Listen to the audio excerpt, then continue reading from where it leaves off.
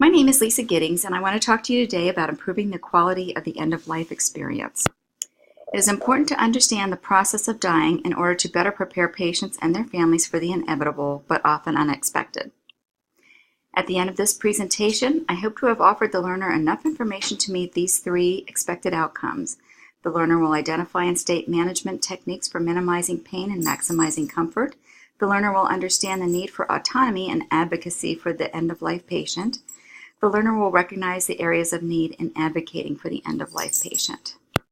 The family of the person who is dying can become consumed with grief and confusion, so much so that the nurse must play a stronger role as a patient advocate. This is not only essential in ensuring the patient maintains their wishes for the end-of-life experience, but also to relieve the tension family members may be feeling. When family members remember a loved one's wishes, they sometimes assert their own wishes as those of their loved ones. It is the nurse's role to keep everything moving in the direction that the patient has laid out in advance.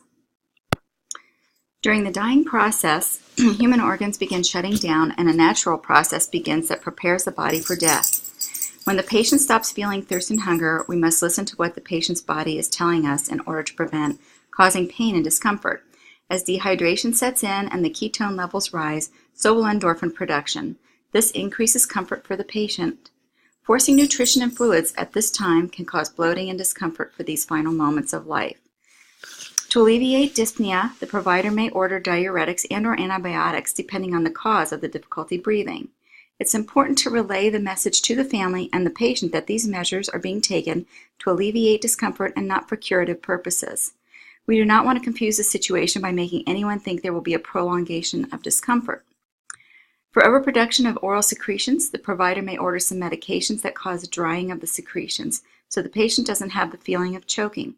Here again, addressing the symptoms and not an attempt to reverse the dying process, it must be made clear to the patient's family. Tylenol may also be given to control temperature increases and increase the patient's comfort, while warmed blankets may be used to alleviate the discomfort of being cold. All actions now are meant to be bringing comfort to the patient at this time. Constipation and dark urine may be noticed and is generally seen in the last days of the dying process. Sleep changes are related to a change in metabolism and can also be seen as a way to ease into an emotional detachment from the family. Mental status may change, and it's important to avoid correcting the patient's perceived reality. We need to actively listen and encourage the patient to talk through their fears and concerns. Restlessness may occur and is often related to toxic levels of certain medications. Therefore, we need to bring it to the attention of the provider and make sure that if their levels of medications need to be reduced, they are. And unconsciousness is a final sign that the end is imminent. We need to encourage the family to continue to talk quietly to the patient and reassure them that he or she is likely still hearing what they have to say. In order to ensure quality and safety in our nursing approach, it is important that we maintain patient-centered care by assuring the patient that their preferences will drive all clinical decisions. It is equally important to have our actions guided by evidence that ensures maximum comfort and minimum pain. And the measure of quality of improvement will be in the context of the patient's wishes and desires. We know how to alleviate discomfort, and there is no reason to make the process of dying any harder than it already is. As the nurse, we can either make the dying process bearable or unbearable for the patient and their families.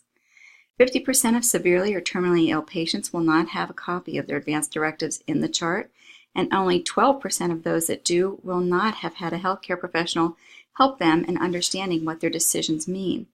Therefore, it's imperative that whenever possible, we cover all of this information with the patient in order to know what they would like to see done during the process.